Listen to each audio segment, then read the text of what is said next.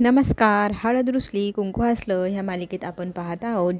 जयवंतराव गायब झाल्यानंतर गावातली लोक आता ह्या मुलीला हळद लागली नाही आणि हिचं लग्न झालं नाही तर किती मोठा दोष लागल ह्या गोष्टीने बायजाबाईंवर आरोप करतात. तुम्ही तर वचन दिलं होतं हिचं लग्न करून देण्याचं, पण तुमच्यामुळे हिचं याच्या आधीही लग्न मोडलं आणि आत्ताही ती भरमांडवात एकटीच उभी आहे. ह्या सगळ्याचा दोष ते सगळेजण बाळजाबाईवर लावतात आणि ह्या मुलीचं लग्न काहीही करा, लावूनच द्या असं म्हणू लागतात. आपल्या आईवर सगळेजण इतका मोठा आरोप लावते. हे पाहिल्यावरती दुष्यंत स्वतःच्या गालाला हळद लावतो आणि तीच हळद तिच्या गालाला आणून लावतो. ही घ्या, लागली माझ्या अंगाची उष्टी हळद हिला आणि आता मी हिच्याशी लग्न करेल, माझ्या आईला कोणीही दोष द्यायचा नाही असं म्हटल्यानंतर गावकरी म्हणू लागतात, ठीक आहे, पण तुम्ही उद्या पुन्हा तुमचा शब्द फिरवला आणि हिच्याशी लग्न केलं नाही तर.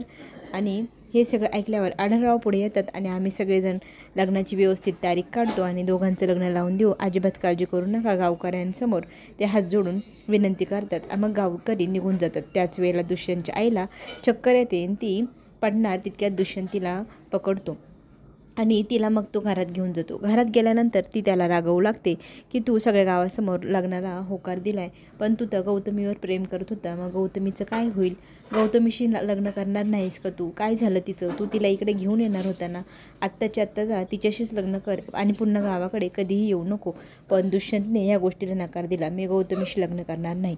आता मी ठरवलं आहे ह्याच गावातल्या कृष्णाशी लग्न करायचं तर तिच्याशीच करेल, तुला सगळ्या गावासमोर मी पडू देणार नाही असं म्हणत तो तिथून निघून जातो. दुष्यंतला बाळजाबाई हाक मारत असते पण तो कोणाचं काहीही ऐकत नाही. गाडीत बसून निघून जातो. सगळेजण त्याच्या मागे मागे बाहेर येतात. बाहेर हा सगळा प्रकार कृष्णा पाहत असते आणि कृष्णा मग बाळजाबाईंना वचन देते, कुणाचीही लग्नाची इच्छा नसताना मीही लग्न करणार नाही. दुष्यंतचं आयुष्य मी खराब करणार नाही. बाळजाबाई, मी तुमच्या मुलाशी लग्न करणार नाही असं ती स्पष्टच सांगू लागते. हे सगळं ऐकल्यानंतर आढळराव पाटलांनी एवढा मोठा प्रयत्न करून दोघांचं लग्न घडवून आणलं आहे, ही बाजी कशी ते पलटू देणार? ते तिला म्हणतात, तुला आता हळद लागली आहे, तुला लग्न करावंच लागेल. तर ती म्हणते, नुसता हळदीचाच प्रश्न आहे ना, ठीक आहे, ही हळद नसेल तर मग लग्नही होणार नाही. ती जाते, बादली भर पाणी स्वतःच्या अंगावरती ओतते आणि हळद धुवून टाकते. धुतलेल्या हळदीवरती ती समोर जाऊन आढळराव पाटलांना म्हणते, ही घ्या, हळद धुतल्या गेली. आता लग्नाचा विषय इथेच संपलेला आहे. पण दुष्यंत आता लग्नासाठी ठाम आहे. गावकरी या सगळ्या गोष्टीच्या विरोधात आहे.